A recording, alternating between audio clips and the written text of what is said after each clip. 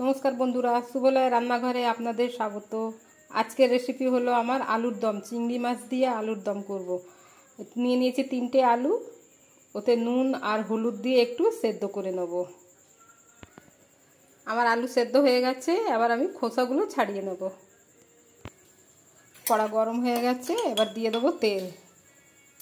তেল দিয়ে চিংড়ি মাছটাকে ভেজে নেব। তেল গরম হয়ে গেছে, দিয়ে দিলাম চিংড়ি মাছ।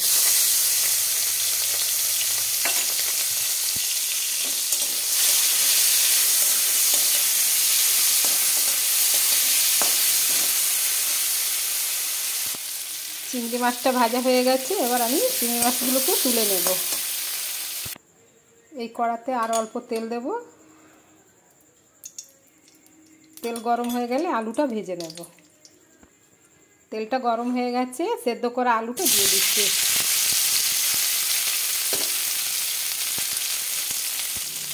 একটু লাল লাল করে আলুটাকে ভেজে নেব। আমার আলুটা ভাজা হয়ে গেছে, এবার আলুটা বের করে নিচ্ছি। দেব অল্প তেল,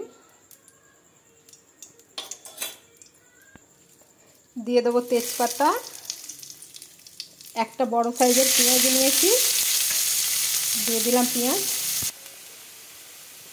হাফ চামচ ধনে গুঁড়ো দিলাম, হাফ চামচ জিরে গুঁড়ো দেবো, একটু জল, অল্প জল দিলাম। আদা রসুন বাটা দিলাম, এটা আমি শিলেই বেটেছি আদা রসুনটা। দিলাম 3টে কাঁচা লঙ্কা চেরা, কুচো কুচো করে কেটে রেখে। দিলাম হাফ টমেটো।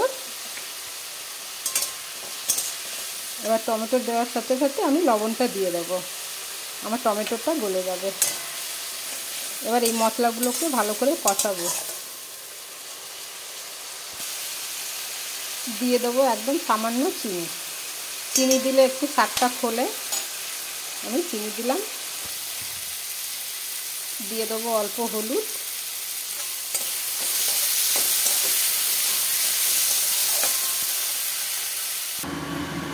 দিয়ে দেবো ভেজে রাখা আলু, দিয়ে দেবো চিংড়ি মাছ, ভেজে রাখা চিংড়ি মাছ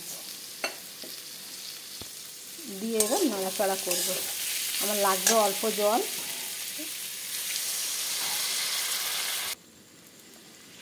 মশলার সাথে আলু আর চিংড়ি মাছটা কষার জন্য আমি দিলাম অল্প জল।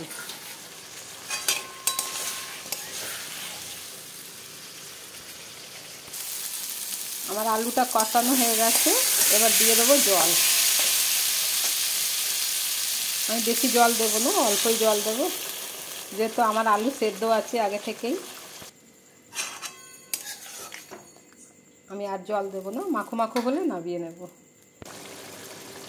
আমার চিংড়ি মাছ দিয়ে আলুর দম রেডি হয়ে গেছে, এবার আমি অন্য একটা পাত্রে ঢেলে নিচ্ছি। দিলাম অল্প গরম মশলা।